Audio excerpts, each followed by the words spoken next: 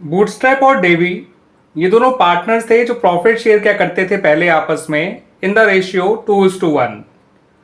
31 मार्च 2024 को उनकी बुक्स में जनरल रिजर्व अपीयर कर रहा था एट ₹60,000। अब इन्होंने डिसाइड किया कि ये लोग प्रॉफिट शेयर किया करेंगे आपस में in the ratio 3:2 in future. अब आपसे जो कहा गया है कि आपको जर्नल एंट्री पास करनी है रिलेटेड टू जनरल रिजर्व। आपको दो केसेस दे रखे हैं। केस 1 में कहा है कि general reserve is not to be shown in the new balance sheet, कि जो जनरल रिजर्व है उसे नई बैलेंस शीट में शो नहीं करना है। और केस 2 में कहा गया है कि general reserve is to be shown in the new balance sheet. तो केस 1 में कहा है कि जनरल रिजर्व बैलेंस शीट में नहीं शो करना है नई वाली, और केस 2 में कहा है कि जनरल रिजर्व को शो किया जाना है in the balance sheet of the new firm.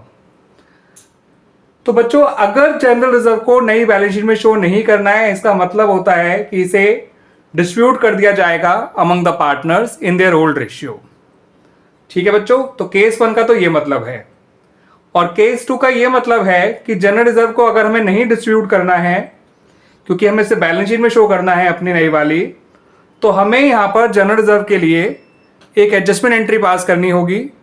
ठीक है बच्चों, और एडजस्टमेंट एंट्री कैसे पास करनी होगी वो भी समझ लीजिए। आपको दोनों पार्टनर्स का गेन और सेक्रीफाइस निकालना होगा। जो भी इनके गेन और सेक्रीफाइस निकल कर आएंगे उसको जनरल रिजर्व के अमाउंट से मल्टीप्लाई करना होगा।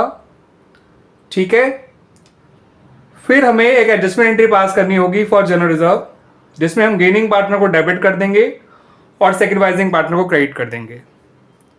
ठीक है बच्चों, और उसके लिए हमें उनके गेन और सेक्रीफाइस को जनरल रिजर्व के अमाउंट से मल्टीप्लाई करना है। जो भी अमाउंट निकल कर आएगा उसी अमाउंट से वो लोग डेबिट और क्रेडिट किए जाएंगे।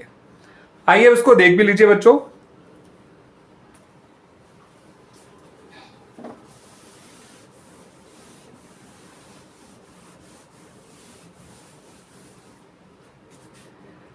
तो बच्चों केस 1 तो आसान है आपका। जनरल रिजर्व को आप पार्टनर्स में बांट दीजिए simply. General reserve account debit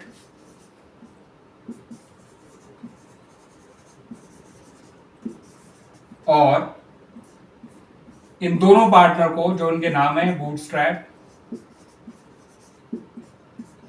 और डेवी, तो बूटस्ट्रैप कैपिटल अकाउंट और 2 Davies capital account.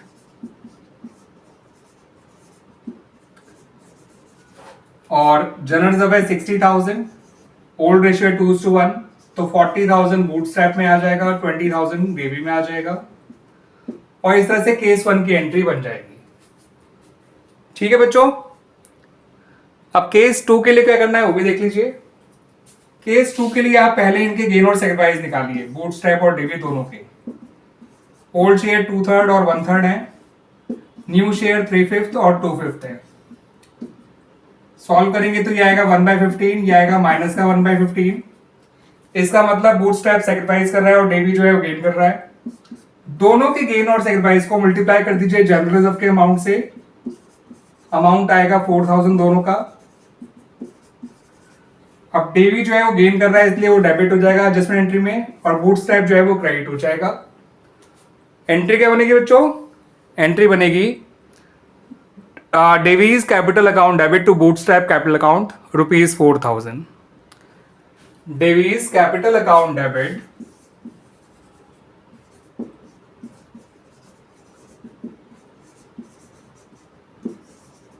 To bootstrap capital account ₹4,000। ठीक है बच्चों, तो इस तरह से एंट्रीज बनाई जाएंगी। जब जनरल रिजर्व को डिस्ट्रीब्यूट करना है ओल्ड रेशियो में बांट के खत्म कर दीजिए। जब जनरल रिजर्व को डिस्ट्रीब्यूट नहीं करना उसके लिए एडजस्टमेंट एंट्री पास करिए। हर पार्टनर का गेन और सेक्रीफाइस निकालिए, सबके गेन और सेक्रीफाइस को जनरल रिजर्व के अमाउंट से मल्टीप्लाई कर दीजिए, और फिर gaining partner to sacrificing partner entry बना दीजिए।